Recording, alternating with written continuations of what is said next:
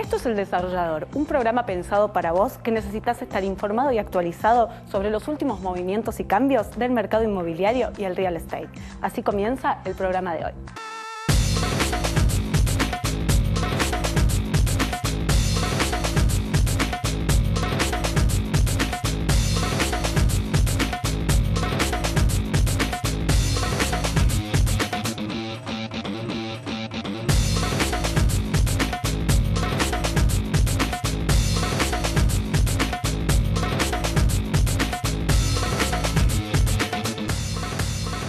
Buenas noches. Para el debate de hoy nos acompaña Sergio Mantoni, economista, Sebastián Sosa, que es presidente de RIMAX, y el vicepresidente de la Sociedad Central de Arquitectos y también desarrollador de arquitectónica, Darío López.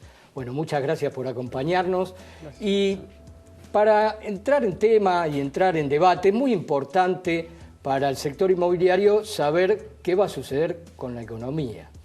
Y a partir de las PASO empezaron a verse ciertas actitudes con respecto a estas reuniones que tiene la presidenta con sectores de dirigentes y demás. Y obviamente te pregunto, ¿esto cómo va a repercutir en la economía? ¿Qué se puede esperar con respecto al corto plazo y sobre todo después del 28 de octubre? Bueno, ante todo, gracias por invitarme. Buenas noches. Yo creo que tenemos un programa hasta la elección, o sea, hasta el 27 de octubre, y tenemos un programa posterior a la elección. Esto es algo que tampoco ha cambiado para mí con las PASO, sino que de alguna manera se han tomado algunas medidas de emergencia. Claro, pero hubo algunos cambios, ganancias, por ejemplo, entre ellos. Sí, son los resultados de emergencia producto de que los resultados por ahí no eran los deseados. Ahora, siempre me parece que estuvo en la cabeza el deadline de 27 de octubre, digo, como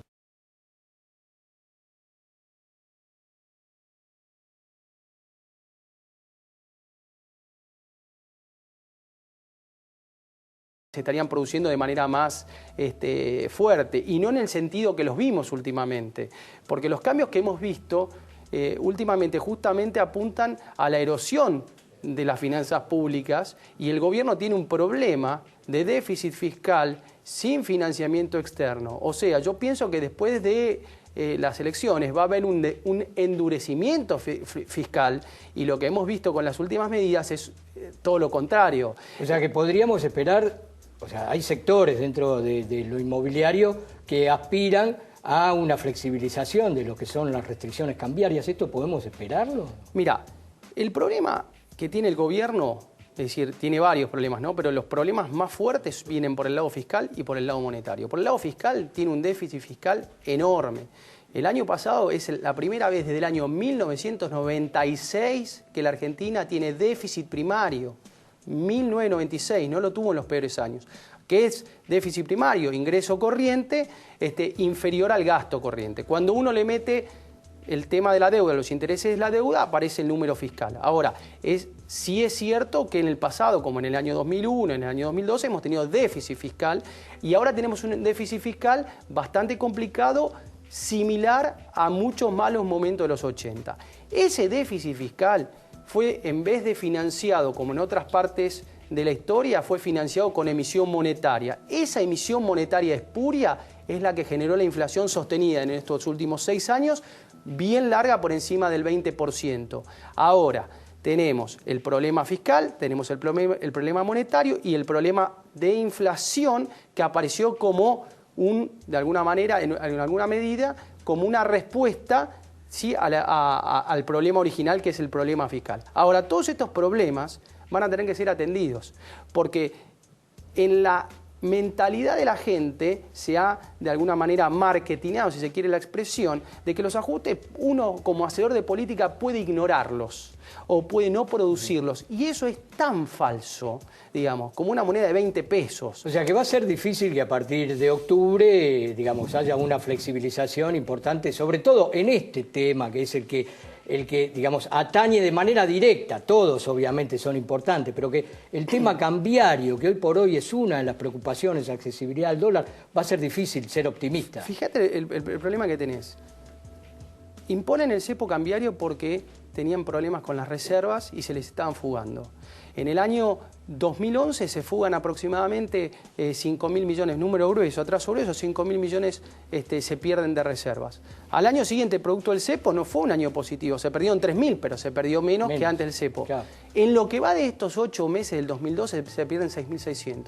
Los niveles de reservas que tenemos al último día de agosto son iguales a los que teníamos en febrero del 2001, con una economía mucho más chica. Difícil entonces, desde el punto de vista racional, imaginar ese cambio. Sebastián, después de tantos números exactos, ¿no? Pero negativos, por el lado de ustedes, yo leí un informe últimamente, todo lo contrario de lo que se viene diciendo en el mercado inmobiliario. O sea, creció la actividad dentro de sus inmobiliarias, en la facturación, en cuanto también a la cantidad de operaciones. ¿En qué número y a qué se debe concretamente eso, esa realidad diferente? Bueno, primero no miro televisión y no escucho las noticias. Pero algo lees. Poco.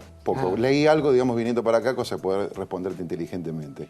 Pero no es que disiento, ¿no? Con colegas, simplemente la verdad que lo que ocurre y lo que pasa, digamos, en la gente con la que vos charlas en la calle, está todo el mundo deprimido, ¿no?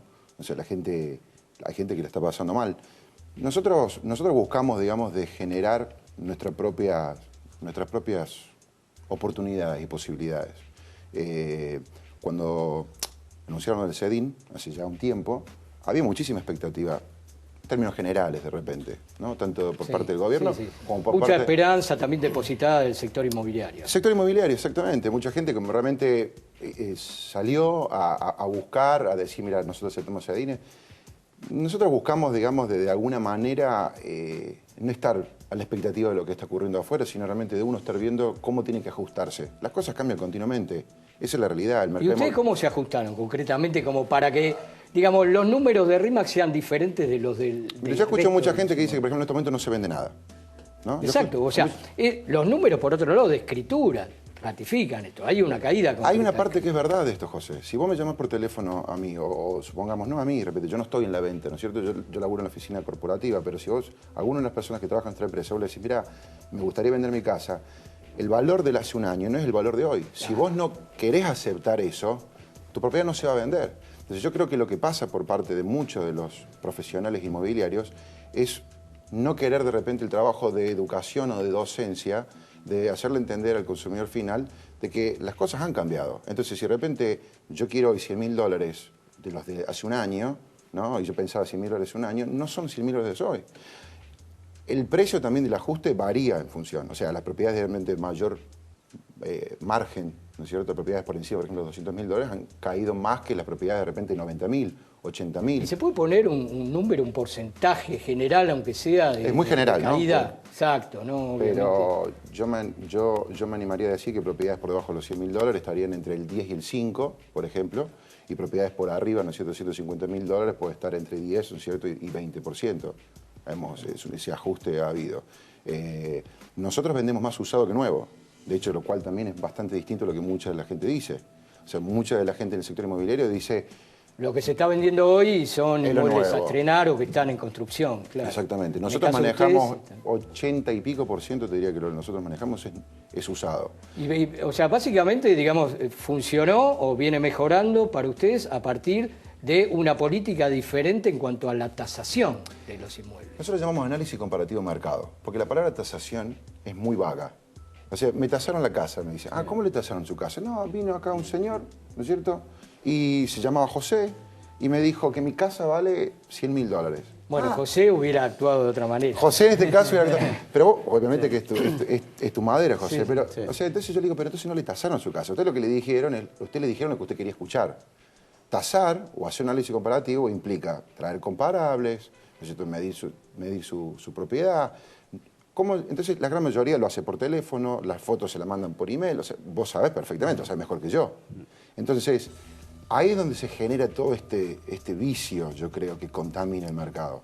Entonces el cliente dice, me tasaron la casa. No, señor, no se la tasaron. Entonces nosotros trabajamos, ahora es un laburo chino. Sí, obviamente. Es un laburo chino.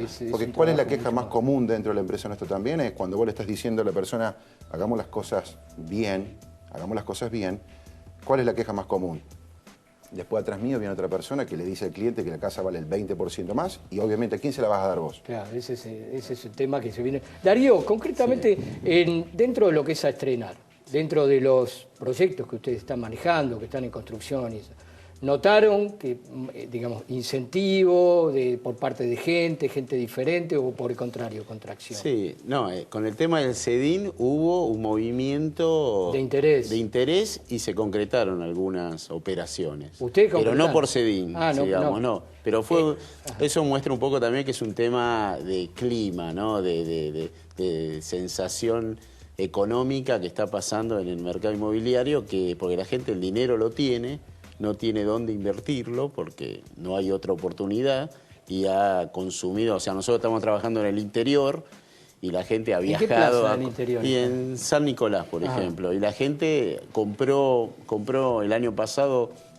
se vendió muy bien, este año empezó más flojo y con el CEDIN hubo operaciones. Pero bueno, un poco lo que decía acá el colega era, el tema del usado estaba muy alto. Entonces, al compararlo con el emprendimiento al pozo, prácticamente era lo mismo comprar uno nuevo que un usado. Y la ventaja del nuevo en el pozo era que lo pagaba en cuotas. Y el usado lo tenía que pagar al contado.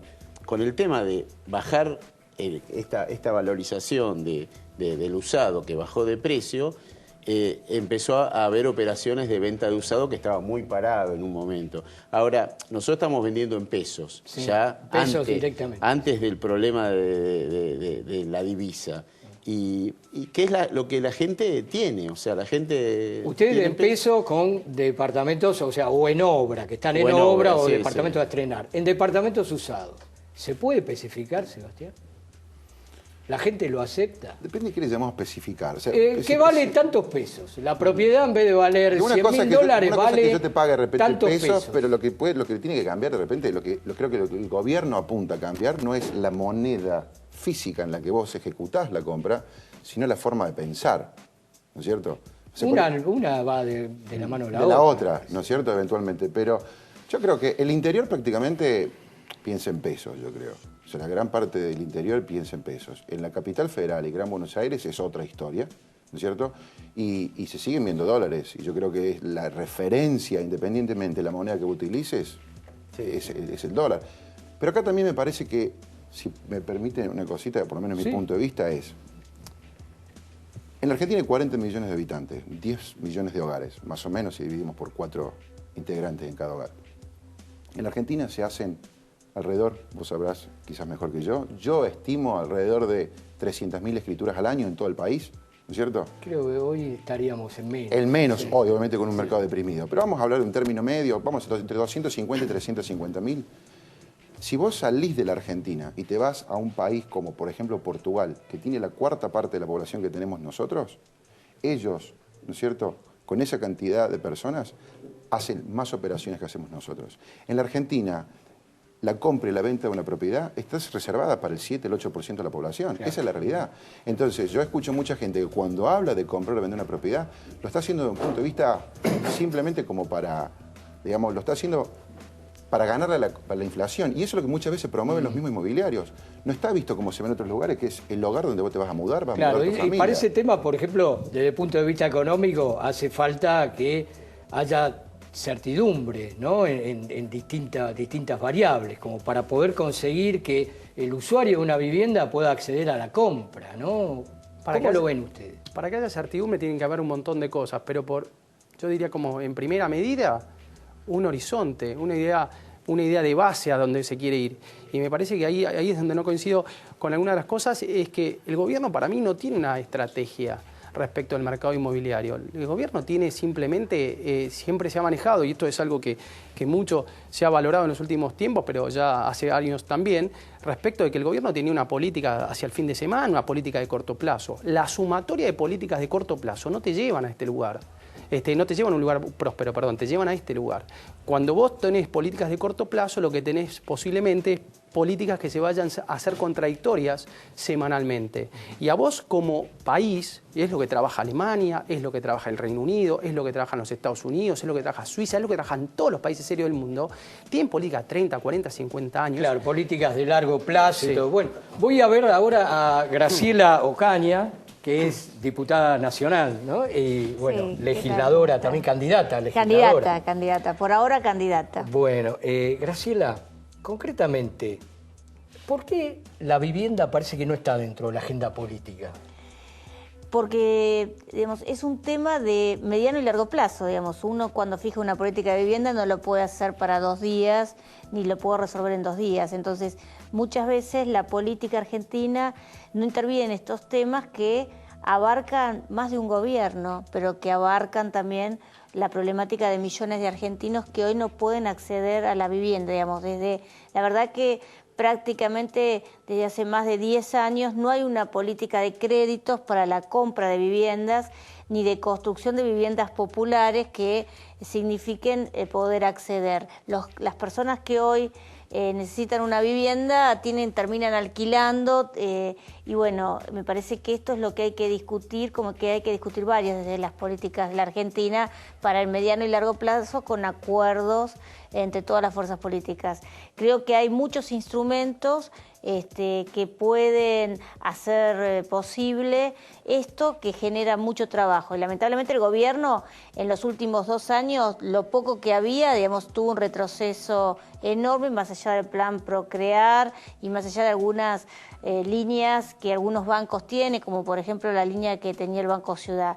Me parece que esto no alcanza para satisfacer ni solucionar, y aparte todo el tema del cepo, digamos, un mercado inmobiliario que tenía algún movimiento Una dinámica. y una dinámica, se volvió para atrás, digamos, y el tema, bueno, de los cedines y toda esta historieta de Moreno, la verdad que no funcionó en absoluto ni va a funcionar. El gobierno debería admitir que se equivocó y volver para atrás, generando no solamente créditos a 20 y a 30 años, como tienen todos los países que tienen política de vivienda, para que las clases medias puedan acceder, sino también un horizonte económico de estabilidad, porque la verdad que nadie va a dar un crédito a 20 o a 30 Exacto, años se necesita si no tiene horizonte de estabilidad. muy largo plazo, Y exacto. todos en la Argentina sabemos, lamentablemente, que cada 10 años tenemos ciclos recurrentes de inestabilidad política. Ojalá podamos asumir este compromiso y, bueno, utilizar los recursos públicos que los hay en los fondos, en los institutos de vivienda de todas las provincias,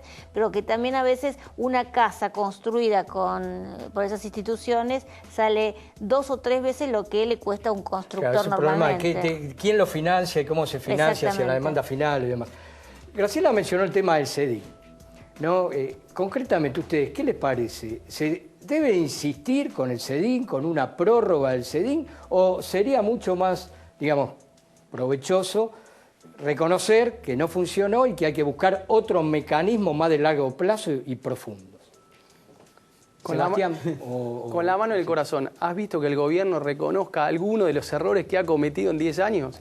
Es decir, yo creo que lo más probable es que el gobierno, cuando ve que está equivocado, deje el tema en desuso. O sea, trate de distraer, de generar otros temas y que ese tema vaya cayendo. Sebastián, ¿y vos qué opinás? Yo creo que el gobierno a la larga también es un reflejo de la gente que somos, ¿no es cierto?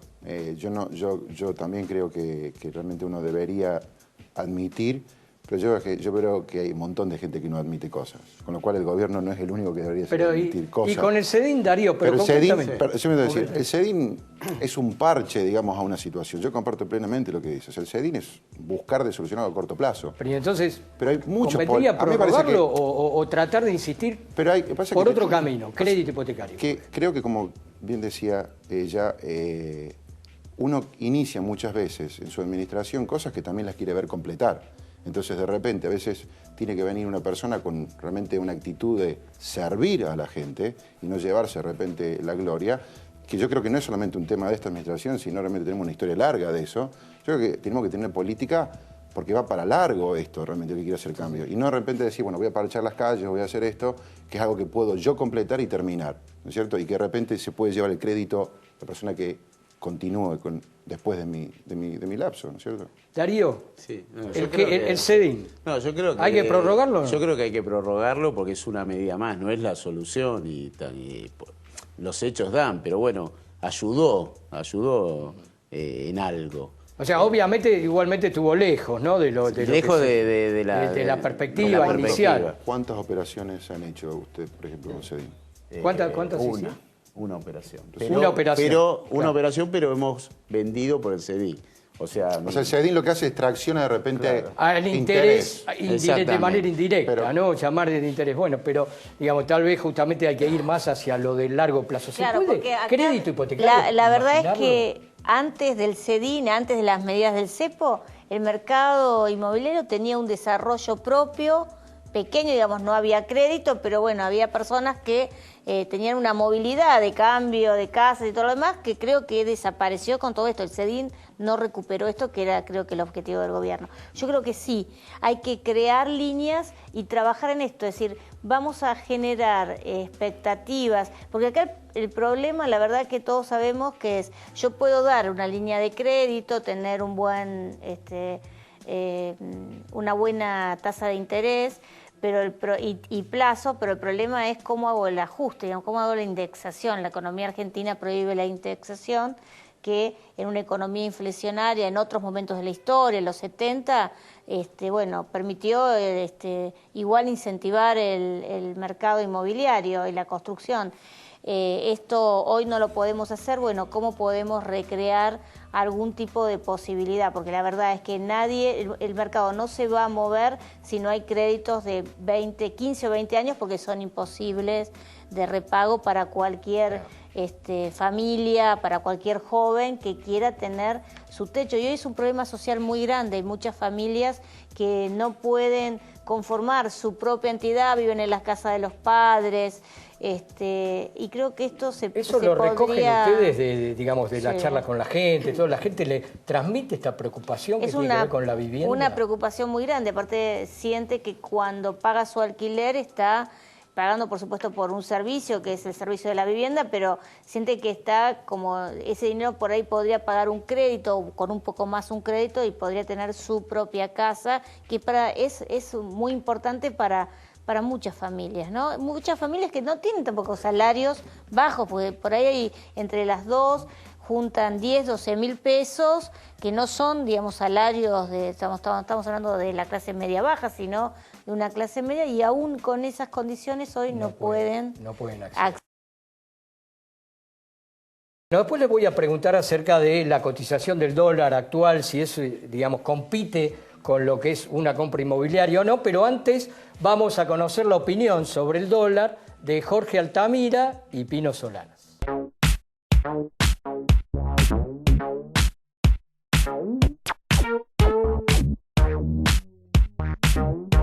¿Cuál es su visión acerca del dólar? ¿Qué es lo que hay que hacer con el dólar? Mire, decididamente nosotros en el Frente de Izquierda estamos en contra de la devaluación. La razón es muy simple. Va a provocar un gran perjuicio a los trabajadores. Piense usted que la deuda pública en pesos va a crecer enormemente, porque gran parte de ella está en dólares. Y se va a desfinanciar el sistema de salud y educación completamente, y el proceso inflacionario se va a agudizar. Ahora, como este remedio de salir de una crisis por medio de la devaluación del dólar ya se hizo tantas veces en la historia de la Argentina con resultados negativos, ¿por qué intentar otra vez más salir de esa manera? Nosotros estamos definitivamente en contra porque creemos que el problema de Argentina es estructural. Hay que reorganizar la industria, el trabajo, la producción sobre bases completamente diferentes y no poner parches monetarios que elevan las ganancias de los exportadores, de los importadores, pero que es profundamente perjudicial para la masa de los trabajadores. Un elemento adicional es el siguiente. Argentina devaluaría, si lo hiciera, en el peor momento, porque hay una cadena de devaluaciones en el mundo de los países periféricos o emergentes. Entonces empezaríamos una carrera. No sería una devaluación que pararía ahí, porque provocaría entonces más devaluación en Brasil, Argentina lo corregiría de nuevo con otra devaluación. Uruguay también está devaluando, la India está devaluando, entonces sería, digamos, un verdadero desastre. Sin embargo, eso es lo que plantean los partidos tradicionales, el gobierno, que está devaluando hoy a un ritmo mayor que el índice de inflación de los precios. ¿Por qué el argentino se refugia en el dólar? Bueno, la inflación es grande, no hay cifras, no hay estadísticas confiables, al ciudadano se le ha mentido constantemente y entonces busca la moneda extranjera o busca meterla bajo el colchón, no sé lo que tiene que hacer. Entonces no se soluciona. Devaluación, Argentina no puede, guarda preaviso con aquellos que quieren una devaluación catastrófica como en el 2012, porque lo paga el pueblo argentino. Pero por supuesto, para salir de esta situación hace falta un plan integral, con medidas a corto, mediano y largo plazo, creíble, y para eso hay que convocar un grandísimo Consejo Económico y Social y concertar con todas las fuerzas de la producción y las fuerzas del trabajo y los partidos políticos un acuerdo nacional que permite enfrentar la catástrofe.